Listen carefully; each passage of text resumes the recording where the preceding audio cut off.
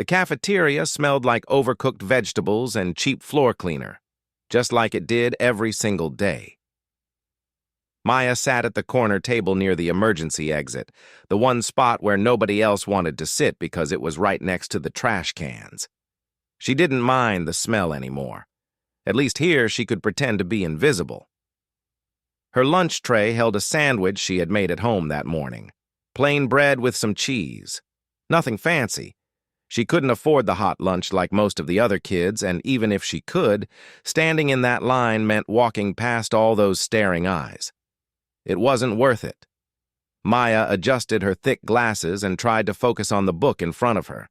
The frames were old, slightly bent on one side from when someone had knocked them off her face in the hallway last month. She had picked them up off the dirty floor while kids stepped around her, some laughing, some just walking past like she didn't exist at all. Sometimes she wondered which was worse. Across the cafeteria, she could hear them. Jessica and her friends. Their laughter always seemed louder than everyone else's, like they wanted to make sure the whole world knew they were having fun. Maya didn't need to look up to know they were probably looking at her. They usually were. "Oh my God, look at what she's wearing today," one of them said, loud enough for Maya to hear. They wanted her to hear. That was the whole point. Maya glanced down at her sweater. It was blue, a little faded, with a small stain near the bottom that she had tried to scrub out last night. Her mom had found it at the thrift store for $3. Her mom worked 2 jobs and still couldn't afford to buy her new clothes. Maya didn't complain. She knew her mom was doing her best, but knowing that didn't make the comments hurt any less. Her phone buzzed in her pocket. She pulled it out and saw a notification from the school's social media group. Someone had posted another meme. Her stomach twisted even before she opened it. Sure enough, there was a picture of her from yesterday, walking to class with her head down. Someone had added text over it. She closed the app before reading what it said. She already knew it wouldn't be nice. The worst part wasn't even the words. It was the number at the bottom. 43 likes. 43 people thought it was funny to make fun of her. 43 people she probably passed in the hallway every day. Maya put her phone away and tried to swallow the bite of sandwich in her mouth, but it felt like cardboard. She wasn't hungry anymore. She never really was these days. The bell rang, signaling the end of lunch period. Students jumped up from their tables, laughing and shouting, pushing toward the doors in a chaotic wave. Maya waited. She always waited until most of them had left. It was easier that way. Less chance of someone bumping into her on purpose and then acting like it was an accident. When the cafeteria was mostly empty, she grabbed her backpack and headed toward the stairs. Her next class was study hall, which meant she had a free period. Most kids went to the library or hung out in the common area. Maya went to the 3rd floor, to the east wing that nobody used anymore. That's where the old music room was. The school had built a new music wing 2 years ago, all shiny and modern with new instruments and soundproof practice rooms. This old room had been abandoned, left behind like something nobody wanted anymore. Maya understood how that felt. She pushed open the heavy door, and it creaked like it always did. The room was dusty and dim, with only one window that looked out over the parking lot. Old music stands were stacked in the corner, and there were broken chairs piled against one wall. But in the center of the room, covered with a thin white sheet, was an upright piano. Maya pulled the sheet off and folded it carefully. The piano wasn't in perfect condition. Some of the keys stuck a little, and it probably hadn't been tuned in years. But to Maya, it was beautiful. It was the only place in the entire school where she felt like she could breathe. She sat down on the worn bench and placed her fingers on the keys. For a moment, she just sat there, feeling the coolness of the ivory under her fingertips. Then she began to play. The music started soft, almost like a whisper. Her fingers moved across the keys with a grace that seemed impossible for someone who spent most of her time trying to disappear. But here, alone in this forgotten room, Maya wasn't the girl everyone laughed at. She wasn't the one with the old clothes and the acne scars and the broken glasses. Here she was just music. She played a melody she had been working on for weeks, something that came from somewhere deep inside her chest. It was sad and beautiful at the same time. The kind of song that made you feel things you didn't have words for. Every note carried something she couldn't say out loud. All the hurt, all the loneliness, all the anger she kept buried down so deep that sometimes she forgot it was there. The music filled the empty room, bouncing off the walls and wrapping around her like a blanket. For these few minutes, nothing else mattered. Not Jessica. Not the memes. Not the whispers or the stares or the feeling that she would never be good enough. Just the music. She didn't hear the door open. She didn't notice Mr. Harrison standing in the doorway, listening. She was too lost in the melody, her eyes closed, her whole body swaying slightly with the rhythm. When she finally played the last note and opened her eyes, she jumped. Mr. Harrison was standing there with his arms crossed. But he was smiling. Not the kind of smile people gave her out of pity. A real smile. "How long have you been standing there?" Maya asked, her voice quiet. She always spoke quietly, like she was afraid of taking up too much space in the world. "Long enough," Mr. Harrison said. He walked into the room, his footsteps echoing on the old wooden floor. Maya. That was extraordinary. Really, truly extraordinary. Maya looked down at her hands. "It's just something I've been messing around with." "That's not just messing around," Mr. Harrison said firmly. He pulled up one of the old chairs and sat down across from her. "That's real talent. The kind of talent that could take you places." Maya shook her head. "I just play for myself. I don't want to perform or anything like that." "Why not?" Maya didn't answer. She didn't need to. They both knew why.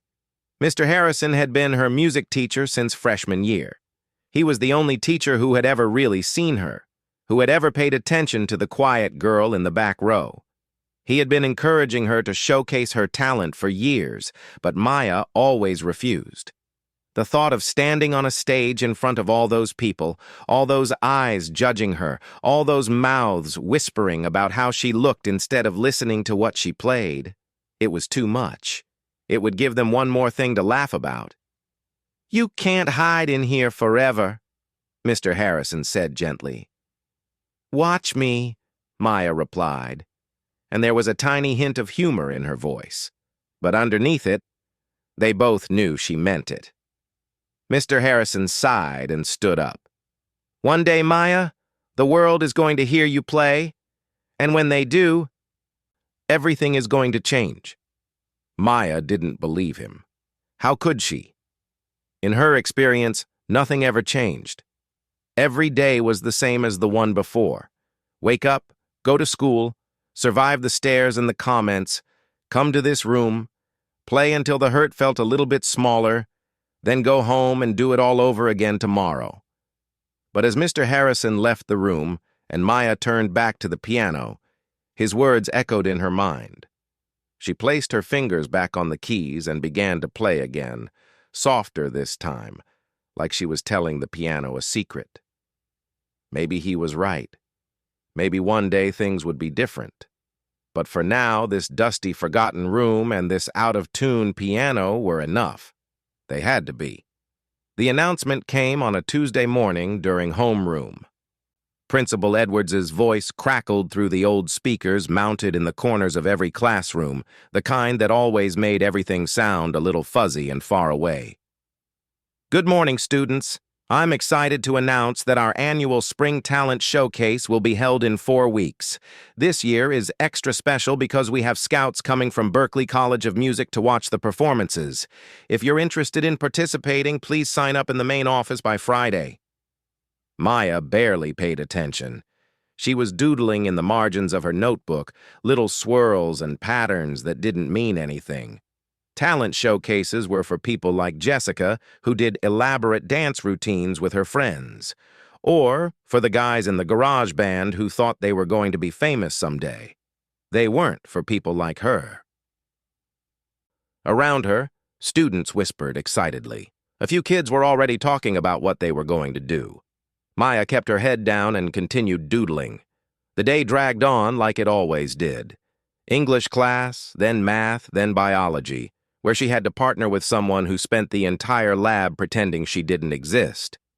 By the time lunch rolled around, Maya was exhausted, and the day wasn't even half over. She was heading toward her usual spot in the cafeteria when someone called her name.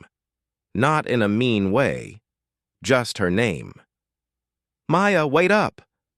She turned around and saw Mr. Harrison walking toward her, moving faster than she usually saw him move.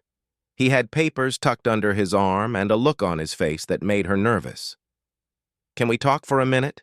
he asked. Maya glanced toward the cafeteria. "I was just going to eat lunch." "This is more important than lunch," Mr. Harrison said. "Come with me." They walked to his classroom, which was empty during lunch period. Mr. Harrison closed the door behind them and gestured for Maya to sit down. She perched on the edge of one of the desks, her backpack still on her shoulders like she might need to run at any moment. "I want you to enter the talent showcase," Mr. Harrison said, getting straight to the point. Maya's stomach dropped. "No, no way. Just hear me out. I said no." Maya stood up, ready to leave. "Maya, please." Something in his voice made her stop. "These scouts from Berkeley, they're the real deal. They're looking for raw talent, the kind of talent that can't be taught. And you have that. You have something special." Maya shook her head. "You don't understand. If I get up on that stage, they'll just laugh at me. They always laugh at me. Not when they hear you play. You don't know that." Maya's voice cracked a little. "You don't know what it's like to be me. To walk through these hallways every single day and know that people think you're a joke. I can't give them another reason to make fun of me." Mr. Harrison was quiet for a moment. Then he said, "What if nobody knew it was you until after you played?" Maya looked at him. "What do you mean?" "I'll enter you as contestant 12. No name, no face, just a number. You'll perform near the end of the show and nobody will know who's playing until you walk out on that stage. By then, you'll have your hands on the piano. And once you start playing, none of the rest of it will matter." Maya wanted to say no again. Every logical part of her brain was screaming at her to say no. But there was another part, a smaller, quieter part, that was whispering something different. What if he's right? What if this is your chance? "I'll think about it," Maya said finally. Mr. Harrison smiled. "That's all I'm asking." Maya thought about it for 3 days straight. She thought about it during classes. She thought about it while lying in bed at night staring at her ceiling. She thought about it while sitting in the old music room, her fingers moving over the piano keys. On Thursday afternoon, she went to the main office and signed her name on the sheet. Her hand shook as she wrote Contestant 12 instead of her real name. The secretary didn't even look up. That should have been the end of it. She had signed up. She would practice. She would perform. Simple. But nothing in Maya's life was ever simple. By Monday morning, word had gotten around that someone had signed up anonymously. In a school where everyone loved gossip, a mystery contestant was big news. Kids were placing bets on who it might be. Some thought it was Tyler from the jazz band. Others thought it might be one of the theater kids trying to do something different. Maya kept her mouth shut and her head down, same as always. She was at her locker between classes when she heard Jessica's voice behind her. "I bet it's someone who knows they're going to embarrass themselves. That's why they won't put their name down." Her friends laughed. "Probably someone who can't actually do anything. Like, imagine if it was someone completely random. That would be so funny." Maya felt her face get hot. She grabbed her books and shut her locker, trying to walk away. "Hey, Maya." She froze. Jessica was talking to her. Jessica never talked to her unless it was to say something mean. Maya turned around slowly. Jessica and 3 of her friends were standing there, all of them looking at her with those fake sweet smiles that made Maya's skin crawl. "You're not the mystery contestant, are you?" Jessica asked, and her friends giggled. "No," Maya said quietly. "Good, because that would be, like, so sad. Could you imagine?" Jessica flipped her hair over her shoulder. "I mean, no offense, but you're not exactly talent showcase material. You know what I mean?" Maya knew exactly what she meant. She meant that Maya wasn't pretty enough, wasn't cool enough, wasn't worthy of standing on a stage in front of people. "I have to get to class," Maya said, and she walked away before they could say anything else. Behind her, she heard them laughing. That night, Maya found a note in her locker. She didn't know how it got there since her locker had been closed all day. The note was written on lined paper, torn from a spiral notebook. The handwriting was messy, written in blue ink. "Don't bother showing up. Nobody wants to see you." There was no signature. There didn't need to be. Maya crumpled the note and threw it in the trash, but she couldn't throw away the words. They stuck in her head like a song she couldn't stop hearing. More notes came over the next 2 weeks. She found them everywhere. In her locker, tucked into her backpack, slipped between the pages of her textbooks. They all said similar things, mean things. Things designed to make her feel small and worthless. "You're going to embarrass yourself. Everyone will laugh at you. Just drop out now and save yourself the trouble." Maya stopped telling Mr. Harrison about them. She knew he would just tell her to ignore them, or worse, he might try to find out who was doing it, and that would only make things worse. Instead, she went to the old music room every day and played. She played until her fingers ached. She played until the sun went down and the janitor came by to tell her it was time to lock up. She played because it was the only thing that made her feel like maybe, just maybe, she wasn't completely worthless. The piece she was working on had changed. It wasn't just sad anymore. It had anger in it now, frustration. All the things she couldn't say with words came out through the piano. The melody was darker, more intense. When she played it, she felt like she was fighting against something, pushing back against all those voices that told her she wasn't good enough. 3 days before the showcase, Maya found another note in her locker. This one was different. It was typed and printed out, not handwritten. "We know it's you. We're going to make sure everyone is there to watch you fail." Maya's hands trembled as she read it. She looked around the hallway, but it was crowded with students rushing to class. It could have been anyone. It could have been everyone. That night, Maya stood in the empty music room with her hands on the piano keys. The showcase was in 3 days. She could still back out. She could tell Mr. Harrison she had changed her mind. She could go back to being invisible. Her phone buzzed. Another meme. Another joke at her expense. 62 likes this time. Maya looked at the piano. Then she looked at her phone, then back at the piano. She sat down on the bench and started to play. The music that came out was fierce and raw. It was every note she had been too afraid to play before. It was the sound of someone who had been pushed down so many times but still found a way to stand back up. When she finished, her cheeks were wet with tears she didn't remember crying. She was going to do it. She was going to walk on that stage, not because she wasn't afraid, but because she was tired of being afraid. 3 more days, she told herself. Just 3 more days. She could survive 3 more days. The day of the talent showcase arrived faster than Maya wanted it to. She woke up that morning with her stomach in knots, the kind that made it impossible to eat breakfast, even though her mom kept insisting she needed something in her system.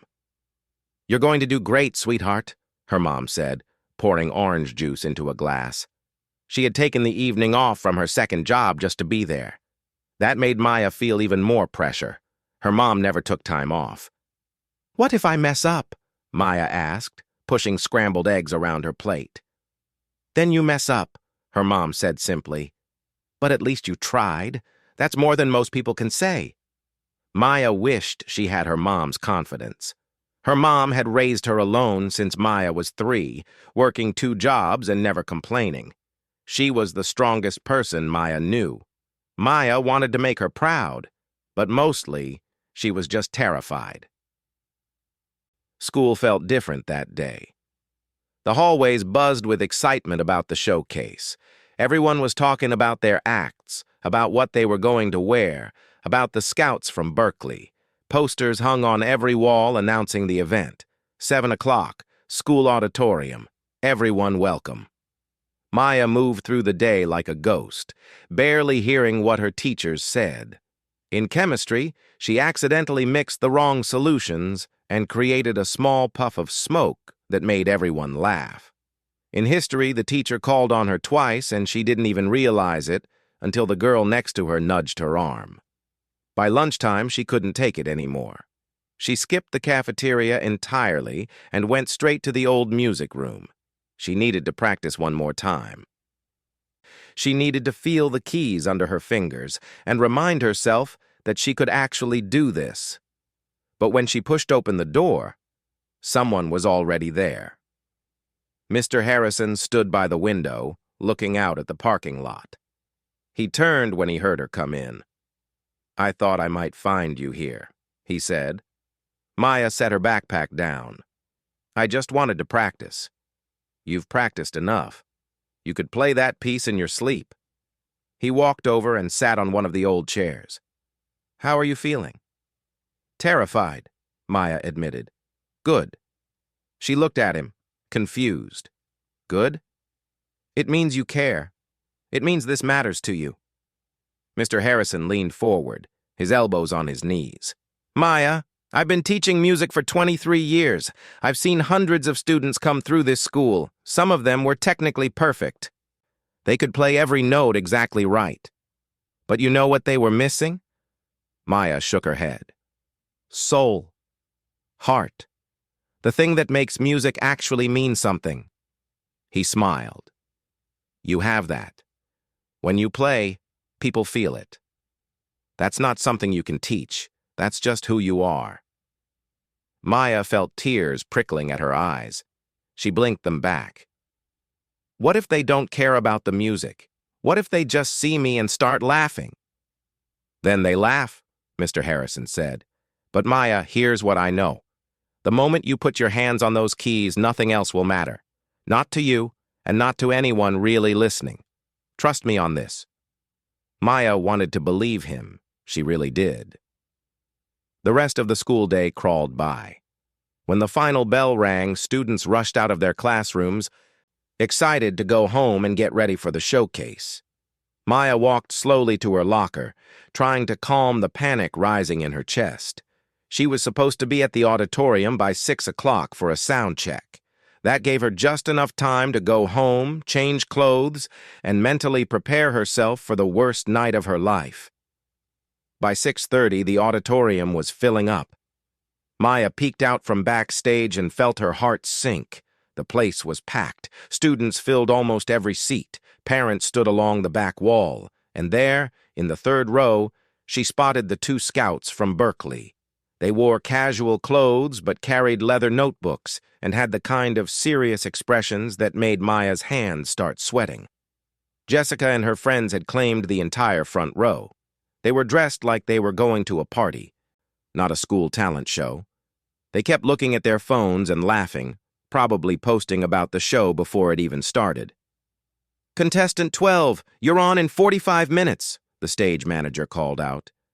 She was a senior who looked bored with the whole thing. 45 minutes. Maya felt like she might throw up. She found a quiet corner backstage and sat down on the floor, hugging her knees to her chest. Around her, other performers were warming up. The dance team stretched in their matching outfits. The garage band guys were arguing about something technical with their amplifiers. A girl practiced her gymnastics routine in the hallway. Everyone seemed so confident, so sure of themselves. Maya closed her eyes and tried to breathe. In and out, in and out, just like her mom had taught her when she got anxious. The show started right at 7. Maya could hear Principal Edwards welcoming everyone, his voice booming through the auditorium speakers. Then the first act went on, a sophomore singing a pop song. She was pretty good. The audience clapped politely. Act after act went by. The dance team did their routine to massive applause. The garage band played and people actually stood up and cheered. A junior did a magic show that got some laughs. Each act seemed better than the last. Maya's turn was getting closer. "Contestant 12, you're up in 3 acts," the stage manager said. Maya stood up. Her legs felt shaky. She walked to the side of the stage where she could see out into the auditorium. The seats were completely full now. People were even sitting in the aisles. There had to be at least 400 people out there. 400 people who were about to see her. 2 more acts. A girl did a dramatic monologue from some play Maya didn't recognize. Then a guy played guitar and sang a song he wrote himself. He was actually really good. The scouts were writing things down in their notebooks. "Contestant 12, you're next. Stand by." This was it. This was really happening. Maya walked to the entrance to the stage. From here, she could see the piano sitting in the spotlight. It was a much nicer piano than the one in the old music room. A grand piano, black and shiny, the kind concert pianists played. She could also see the audience. All those faces, all those eyes that would soon be looking at her. Principal Edwards walked to the microphone. "And now, for our final act of the evening, we have a very special mystery performer. Ladies and gentlemen, please welcome contestant 12. The auditorium filled with curious murmurs. People leaned forward in their seats, trying to see who would come out. Maya heard someone say, "Who do you think it is?" This was her last chance to run. She could turn around right now and no one would ever know. She could go back to being invisible, safe, hidden. But her feet moved forward anyway. The moment she stepped into the light, the talking started. It was like a wave rolling through the auditorium. She heard gasps. She heard giggles. She heard someone say, "Oh my God, it's her!" The laughter started before she even made it halfway across the stage. Jessica's voice cut through everything else, loud and cruel. "Are you kidding me? This is the mystery contestant?" More laughter. Someone whistled, but not in a good way. Maya saw people pulling out their phones, already recording, already preparing to turn this into another joke, another meme, another reason to make fun of the weird girl with the thick glasses and the old clothes. Maya stopped walking. She stood there in the middle of the stage, frozen under the spotlight. The auditorium was chaos now. People were talking and laughing and not even trying to hide it anymore. She looked out at all those faces and saw exactly what she had been afraid of seeing: mockery, judgment, cruelty. She saw her mom standing in the back, her hand covering her mouth. She saw Mr. Harrison in the wings, his face full of concern. She saw the scouts from Berkeley exchanging glances that clearly said, "What is this?" Maya's vision started to blur. Her chest felt tight. She couldn't breathe properly. "Run." Her brain screamed at her. "Just turn around and run. Get out of here. Go home. Hide. Forget this ever happened." But then her eyes found the piano. It sat there in the spotlight, waiting, patient, silent, the keys gleaming under the stage lights. Maya thought about all those afternoons in the old music room, all those hours spent playing when no one was listening, all those melodies that had poured out of her when she had no other way to express what she was feeling. The laughter continued. Someone in the audience actually booed. Jessica was recording her on her phone, making no attempt to hide it. Maya's legs were shaking so badly she thought she might collapse. Her heart was pounding so hard it hurt. Every instinct told her to run, but instead, she walked toward the piano. Each step felt like moving through water. The laughter got louder. More phones came out. This was going to be all over social media before she even finished. They were probably already typing captions. already thinking of clever ways to make fun of her. Maya reached the piano bench and sat down. Her hands were trembling as she placed them on the keys. The auditorium was still loud with noise and laughter and conversations that people weren't even bothering to whisper anymore. She looked at the keys, black and white. Familiar. The only thing in this entire auditorium that didn't feel like an enemy. She took one deep breath. Then she played the first note. The single note rang out, pure and clear and powerful enough to cut through everything else. It hung in the air like a question, like a challenge, like the beginning of something no one in that room expected. And in that moment, something changed. The laughter died. The talking stopped. Even the people with their phones out lowered them slightly, caught off guard by the beauty of that one single note. Maya closed her eyes, and then she began to play. Maya's fingers moved across the keys like they had been waiting their whole life for this moment. The melody started soft, almost like a whisper, like someone telling a secret they had kept buried for too long. Each note was deliberate, careful, filled with something that words could never capture. The auditorium, which had been roaring with laughter just seconds ago, fell into absolute silence. It wasn't the kind of silence that happens when people are being polite. It was the kind of silence that happens when something catches you completely off guard. When something reaches inside your chest and grabs hold of your heart before you even realize what's happening. Maya's eyes were closed. She wasn't thinking about the 400 people watching her anymore. She wasn't thinking about Jessica's cruel laughter or the phones that had been recording her humiliation. She wasn't even thinking about the scouts from Berkeley or Mr. Harrison or her mom standing in the back. She was just playing. The melody began to build.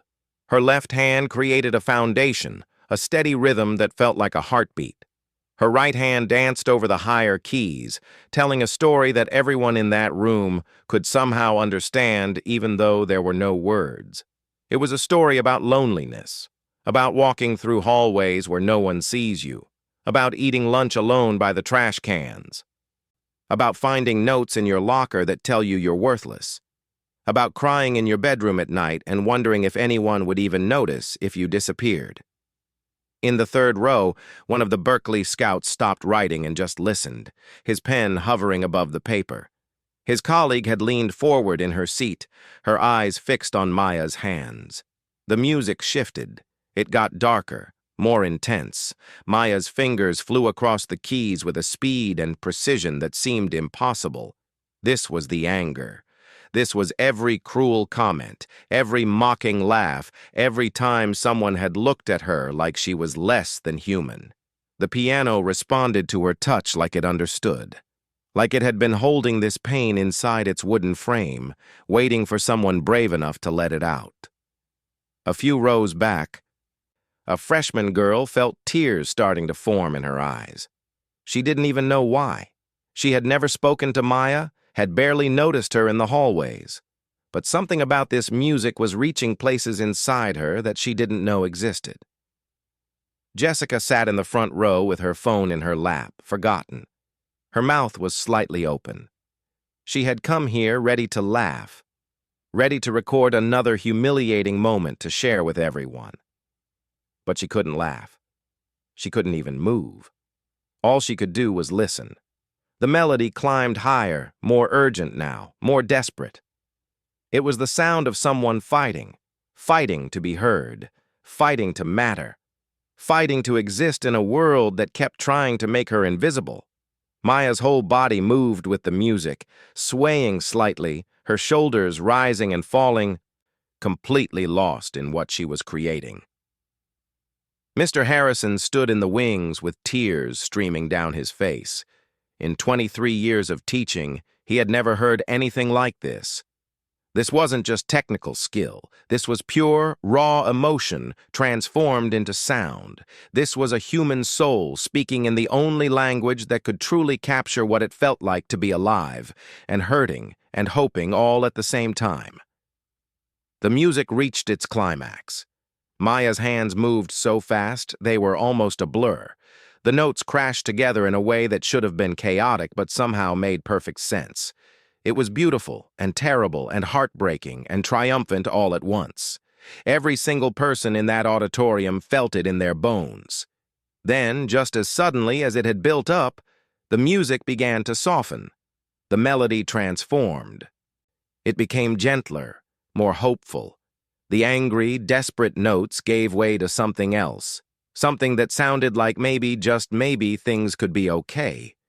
Like maybe all that pain had a purpose. Like maybe surviving all those terrible days had made something beautiful possible. Maya played the final section with such tenderness that it felt like she was handling something precious and fragile. The notes floated through the air, delicate as snowflakes, each one perfect and necessary. This was the part she had written just last week, sitting alone in the old music room, when she had decided she was tired of being afraid. The music grew quieter and quieter, slowing down, each note hanging in the air a little longer than the last. Maya's hands moved almost in slow motion now, drawing out every final sound until there was almost nothing left. And then, with one last gentle touch, she played the final note. It rang out in the silent auditorium, pure and clear and beautiful. It echoed off the walls, fading slowly, gradually, until finally there was nothing but silence. Maya kept her hands on the keys, her eyes still closed, her chest rising and falling with deep breaths. She was back in that auditorium, back in front of all those people, back in reality. But something felt different. She felt different. The silence stretched on. 1 second, 2 seconds, 3 seconds. Maya opened her eyes and looked down at her hands, still resting on the keys. It was over. She had done it. She had actually done it. Then someone started clapping. Maya looked up, trying to find who it was. The sound came from the back of the auditorium. It was a single person, clapping slowly, steadily. Then another person joined in. Then another. Within seconds, the entire auditorium erupted. People weren't just clapping. They were on their feet. All 400 of them standing up, their hands coming together in thunderous applause that filled every corner of the room. Some people were cheering, some were crying, some were doing both. Maya sat frozen at the piano, unable to process what was happening. This couldn't be real. This had to be some kind of mistake. But it wasn't a mistake. They were applauding for her, for the music she had created, for the story she had told without saying a single word. In the front row, Jessica stood with everyone else, clapping. Her face was wet with tears that had ruined her makeup. She looked stunned, like she had just witnessed something that had fundamentally changed the way she saw the world. The Berkeley Scouts were on their feet too, clapping harder than anyone. They exchanged a look that said everything. They had found what they were looking for. Mr. Harrison was openly sobbing now, applauding so hard his hands must have hurt. He had known. He had known Maya had this inside her. But even he hadn't expected something this powerful, this transformative. Maya's mom pushed through the crowd at the back of the auditorium, tears streaming down her face, trying to get closer to the stage. Her daughter, her quiet, scared, bullied daughter, had just done something extraordinary. The applause continued, growing louder instead of fading. People were shouting Maya's name now, students who had never spoken to her, who had walked past her in the hallways like she was invisible, were screaming her name like she was a rock star. Maya slowly stood up from the piano bench. Her legs still felt shaky, but for a different reason now. She looked out at all those faces, the same faces that had been laughing at her just minutes ago. But they weren't laughing anymore. They were celebrating. They were celebrating her. She saw people wiping tears from their eyes. She saw students hugging each other, moved by what they had just experienced. She saw parents who had come just to support their own kids looking at her with something like awe. The stage manager rushed out from the wings, followed by Principal Edwards. They both looked like they didn't know what to do with themselves. This wasn't supposed to happen at a high school talent showcase. This kind of performance was what you saw at concert halls, at professional venues, not in a school auditorium on a Thursday night. But it had happened. It was happening right now.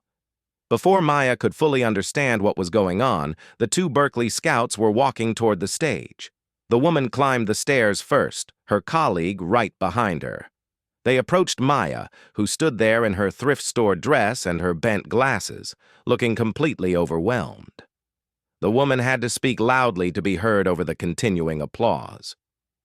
"We need to talk to you," she said, and she was smiling the biggest smile Maya had ever seen. "Right now, before you leave this building."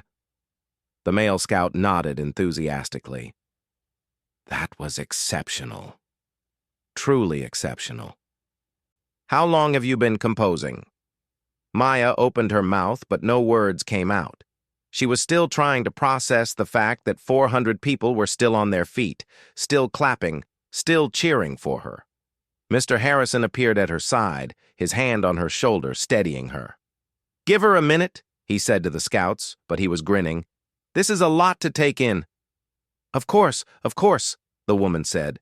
"But we're not leaving here without having a serious conversation about her future." The applause finally started to die down, but people remained standing. They didn't want to sit. They didn't want this moment to end. Something special had just happened, something none of them would ever forget. And they all knew it. Maya looked out at the sea of faces one more time, at Jessica, whose expression had completely changed, at her classmates, who were looking at her like they had never really seen her before, at her mom, who had made it to the front now and was crying happy tears.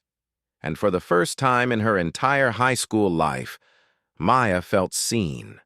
Not for what she looked like, not for her clothes or her glasses or her acne scars, but for who she actually was, for what she could create, for what she could make people feel, for her music. She had played one piano note, and it had changed everything. The morning after the showcase, Maya woke up to her phone buzzing nonstop. At first, she thought it was just her alarm, but when she picked it up, she saw notification after notification flooding her screen, messages, tags, comments. Her heart started racing, and not in a good way. Here we go, she thought. Here come the jokes, the memes, the mockery. But when she opened the first message, it wasn't what she expected at all. "Maya, that was the most beautiful thing I've ever heard. Thank you for sharing your gift with us." She scrolled down. Another message. "I can't stop thinking about your performance. You made me cry. In a good way." And another. "You're incredible. Seriously. I had no idea." Maya sat up in bed, staring at her phone. She opened her social media and found that someone had recorded her entire performance and posted it. The video already had thousands of views, and it had only been 12 hours. But the comments weren't cruel. They weren't making fun of her. They were praising her. "This girl is going places. I've listened to this 10 times already, and I cry every single time. Why isn't she famous yet? This is what real talent looks like." Maya felt tears coming to her eyes, but this time they weren't tears of sadness. She didn't even know what to call what she was feeling. Relief, maybe. Or something bigger than that. Something she didn't have a word for. Her mom knocked on her door. "Sweetheart, you need to get ready for school." And someone from that music college called. "They want to talk to you this afternoon." School. Maya had been dreading going back to school. Even with all the positive messages, she was afraid that everything would go back to normal once she walked through those doors, that people would remember she was still just the weird girl with the old clothes and the thick glasses. But the moment she stepped into the building, everything felt different. People were looking at her, but not the way they usually did. They weren't looking through her or past her. They were actually seeing her. A girl from her English class came up to her at her locker. "Maya, I just wanted to say that your performance last night was amazing. Like, really amazing. I had no idea you could play like that." Before Maya could respond, another student approached. "Hey, do you give piano lessons? My little sister wants to learn, and I think you'd be a great teacher." Maya mumbled something about maybe thinking about it, still not quite believing this was happening. As she walked to her first class, more people stopped her. Some wanted to congratulate her. Some just wanted to say hi. People who had walked past her in these same hallways for years without acknowledging her existence were now treating her like she mattered. It felt strange, good, but strange. At lunch, Maya headed toward her usual spot by the trash cans, but someone called out to her. "Maya, come sit with us." It was a group of kids from the music program. She had seen them around but never talked to them. She hesitated, looking at her corner table. Part of her wanted to go to that familiar spot where it was safe and predictable. But another part of her, the part that had walked onto that stage last night, made her feet move in a different direction. She sat down with the music kids, and they immediately started asking her questions. Where had she learned to play like that? How long had she been composing? Would she perform at the spring concert? For the first time in her entire high school experience, Maya felt like she was part of something. Halfway through lunch, Maya noticed Jessica standing by her table across the cafeteria. She was looking in Maya's direction, and for a moment their eyes met. Jessica looked away quickly, said something to her friends, and then did something Maya never expected. She walked over. Maya's stomach tightened. "Here it comes," she thought. "The real Jessica. The one who leaves mean notes and makes cruel jokes. Last night was probably just shock. Now she's back to normal." But when Jessica reached the table, she didn't look normal. She looked uncomfortable, nervous even. "Maya, can I talk to you for a second?" Jessica asked. "Alone?" The music kids exchanged glances. Maya nodded slowly and followed Jessica a few steps away from the table. Jessica was quiet for a moment, looking down at her feet. When she finally spoke, her voice was softer than Maya had ever heard it. "I need to say something, and I don't know how to say it, so I'm just going to say it." Jessica looked up, and Maya was shocked to see that her eyes were wet. "I'm sorry. I'm really, really sorry for everything, for all the things I said, for the notes, for the memes, for making your life hell." Maya just stood there, not knowing what to say. Jessica continued, and now tears were actually falling down her face, ruining her perfect makeup. "Last night when you were playing, something just hit me. I saw you up there, being so brave, sharing something so personal and beautiful, and I realized what a terrible person I've been, not just to you, but to a lot of people." She wiped her eyes with the back of her hand. "You didn't deserve any of that. Nobody deserves that, and I'm so, so sorry."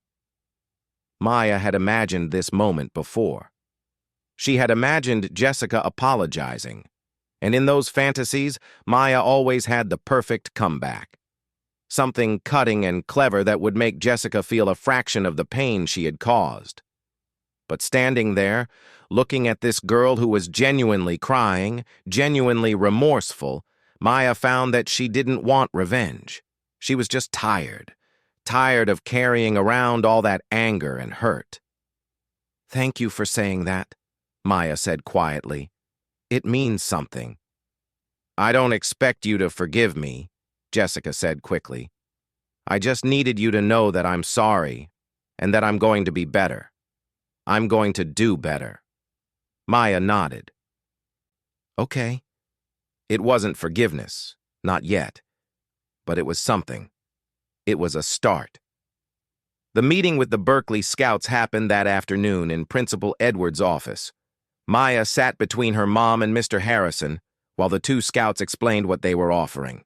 A full scholarship, complete tuition, room and board, access to some of the best music instructors in the world. They said Maya had something special, something rare. They said students like her only came along once in a generation. Maya's mom cried. Mr. Harrison cried. Maya might have cried too, but she was in too much shock to produce tears. "There's one condition," the female scout said. "We'd like you to perform at our spring showcase for prospective students. Show them what's possible when raw talent meets the right training." Maya thought about the old music room where she had spent so many lonely afternoons. She thought about all those notes she had found in her locker.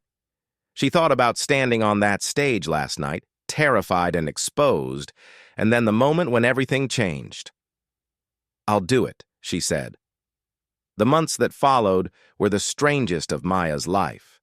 She didn't become popular overnight. That's not how real life works. But things were different. People knew her name now. They said hi in the hallways. Teachers who had barely noticed her before started paying attention when she spoke in class. Maya started a music program for students who felt like outsiders. Every Tuesday and Thursday afternoon, she opened up the old music room to anyone who wanted to learn. Kids came who had never touched an instrument before. Kids who were shy or anxious or dealing with their own battles. Maya taught them that music could be a safe place, a way to express things that felt impossible to put into words. Jessica actually showed up to one of the sessions. She didn't know how to play anything, but she wanted to learn. It was awkward at first, but over time, something like a friendship began to form. Not the kind where they hung out on weekends, but the kind where they nodded to each other in the hallways and meant it.